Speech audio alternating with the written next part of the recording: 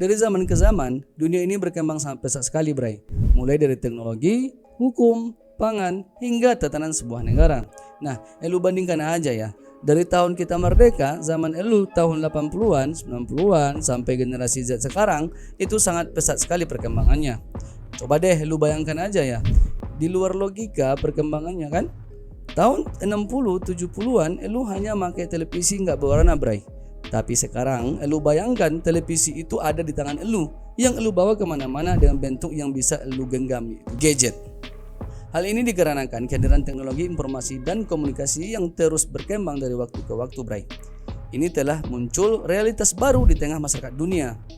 Semua orang berlomba-lomba memperoleh informasi sebanyak-banyaknya, dan semua orang berlomba-lomba dalam memajukan teknologi di negaranya. Ini bisa dikatakan revolusi informasi. Di zaman sekarang, Bray, orang-orang menghabiskan banyak sekali waktu bersinggungan dengan media modern seperti gadget elu, televisi, bioskop, komputer, alat permainan, internet, bacaan fiksi, dan musik populer lainnya adalah bagian yang tak bisa dipisahkan, Bray, dari kehidupan kita ini. Media tersebut menyuguhkan informasi yang terserap ke dalam pikiran kita baik secara sadar maupun tidak sadar. Para ilmuwan mengatakan, siapa yang menguasai informasi, maka akan menguasai dunia, Bray. Inilah yang terjadi saat ini. Barat dengan segala kemajuan teknologi informasinya serta komunikasinya yang terus berkembang pesat berada pada kedudukan yang sangat mapan, Bray. Mereka mengendalikan, mentransformasikan serta mendistribusikan segala bentuk dan jenis informasi kepada masyarakat dunia, sehingga Barat saat ini masih menjadi kekuatan hegemonik dalam mainstreamnya informasi dunia. Apa yang dilakukan oleh Barat jelas didukung sepenuhnya dengan jaringan media internasionalnya, Bray. Siapa lagi kalau bukan penguasa dunia, Bray. Lu bisa bayangkan juga, Bray, apa benar teknologi itu bisa menguasai dunia, Bray? Nah, coba kita masuk ke dalam lagi, Bray. Kita lihat media Barat, Bray.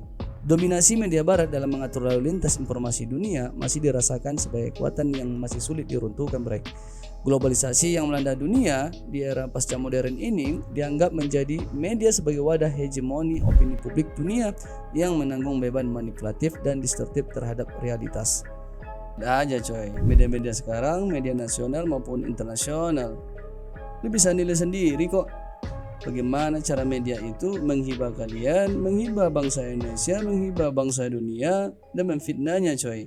Hal ini juga digambarkan oleh Rasulullah SAW terkait dengan itu. Hai orang-orang beriman, jauhilah prasangka. Sesungguhnya sebagian prasangka itu adalah dosa. Dan janganlah kamu mencari-cari kesalahan orang lain, dan janganlah ada di antara kamu yang menggunjing sebagian yang lain. Dalam hadis lain kita kutip, Bray, barang siapa yang memfitnah saudaranya dengan tujuan mencela dan menjatuhkan kehormatannya, maka Allah akan menahannya di jembatan Jahannam sampai ia bersih dari dosanya. Itu riwayat Abu Daud dan dihasankan oleh Albani, Bray. Nah, yang paling berbahaya itu, Bray, hukuman dari fitnah itu, Rasulullah telah menjelaskan fitnah itu lebih kejam daripada pembunuhan, Bray.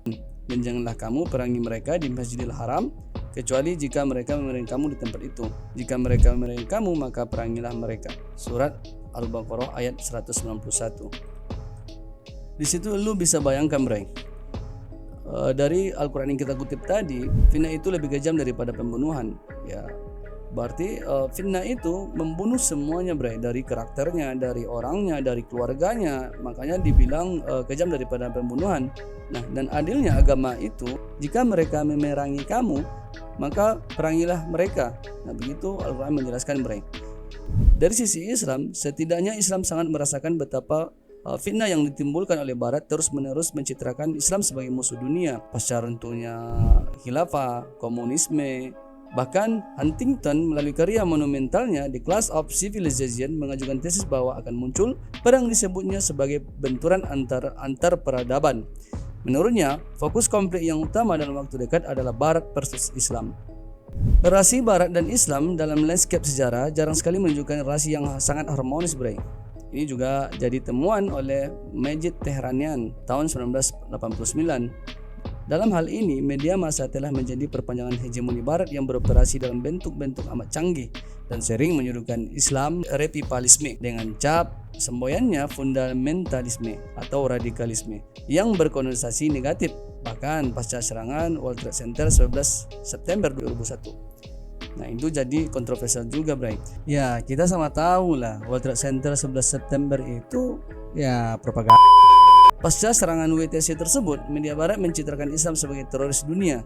Islam dan umatnya selalu distereotipkan negatif oleh barat melalui jaringan media internasional yang sangat kuat. Seperti yang diisukan, Bray. Ya tentunya 11 September itu menjadi fitnah terbesar di akhir zaman ini, cuy. Ya kembali lagi, ya Islam dikerdilkan lagi. Yang kita sayangkan, Bray, hanya melalui sekelompok orang yang menguasai informasi sepenuhnya dan ditempatkan di dalam media. Maka mereka memiliki kekuatan yang untuk mendoktrin seluruh populasi dunia dengan cara berpikir mereka. Yang jelas fakta itulah yang berusaha untuk digali oleh kelompok Freemansori. Mereka menggunakan industri hiburan untuk memposisikan orang-orang agar sesuai dengan cara berpikir mereka, baik itu secara terbuka ataupun terselubung, Bray. Metode yang mereka pergunakan memang bervariasi, tetapi tetap demi tujuan yang satu, yaitu untuk mencekoki kita dengan keyakinan, ideologi, dan tujuan mereka yang sedemikian rupa, sehingga kita memulai berpikir bahwa itu adalah hasil pikiran sendiri. Bukti dari tindakan mereka itu dapat kita temukan dengan sangat mudah. Yang harus dilakukan hanyalah mencari tahu siapa pemilik dan pengendali media di seluruh dunia ini.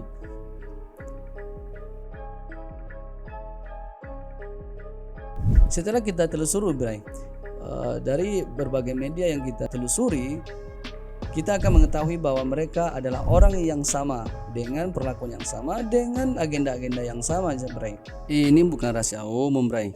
Kita sudah mengetahui sama-sama di berbagai konten yang teman-teman telusuri, mereka hanya kelompok minoritas yang berhasil menyelamatkan diri dan menjalankan sekte rahasia.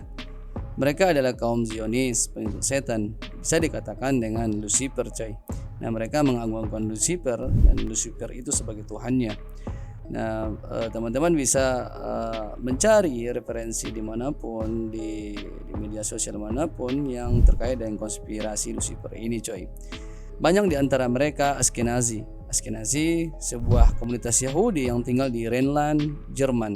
Namun banyak Ashkenazi yang juga berimigrasi ke luar Jerman seperti Hungaria, Polandia, Lithuania, Rusia, dan Eropa Timur tentunya, coy. Mereka membawa bahasa dan kebiasaan mereka, coy. Mereka memiliki dan menjalankan industri musik, film, hiburan, dan pornografi tentunya, coy. Semua demi satu tujuan, yaitu mendoktrin kalian melalui pengendalian pikiran kalian itu sendiri, coy.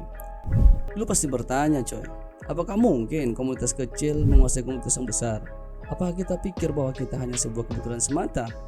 Apakah mungkin begitu, coy? Jika sekelompok orang tadi memiliki seluruh jaringan di seluruh media sosial di dunia ini, bagaimana mungkin?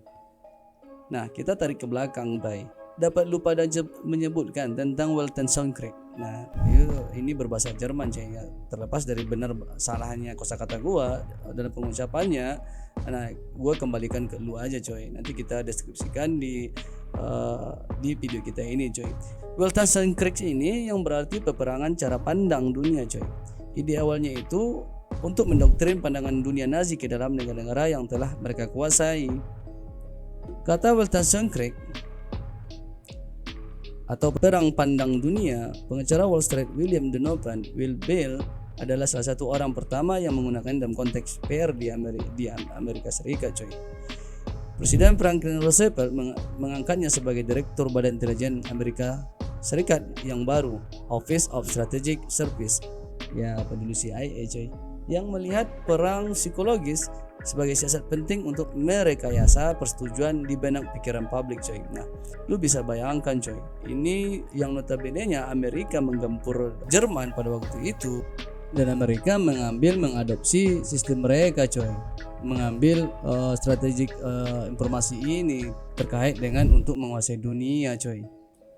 Ini sama aja dengan permainan lempar batu sembunyi tangan, coy. Lu teriak maling begitu, lu teriak maling kepada lawan lu. Nah, lu tuduh mereka dan akhirnya lu sendiri yang memakai peranan tersebut, coy. Nah, bisa kita ibaratkan, coy, seorang pencopet yang tertangkap dan sudah digebukin. Nah, dompetnya lu ambil dan lu pakai sendiri buat kebutuhan lu, coy. Nah, posisi lu itu apa, coy? Lu juga maling kan? Lu juga ambil kan? Nah, orang Amerika mengadopsi ide tersebut untuk kemudian menciptakan versi mereka sendiri yang disebut peperangan psikologis. Hasilnya, pengendalian pikiran menjalar di Amerika. Mereka melancarkan strategi untuk memanipulasi pikiran kalian, coy. Ya, terutama saat kita menyadari bahwa kelangsungan mereka bergantung pada pencucian otak dan doktrinasi nilai atau value yang ada pada diri kita, coy. Terutama saat kita menyadari bahwa kelangsungan hidup mereka, kelangsungan politik mereka, kelangsungan hukum mereka bergantung pada pencucian otak kita, coy. Dan doktrin-doktrin nilai atau value yang ada dalam diri kita sendiri, coy.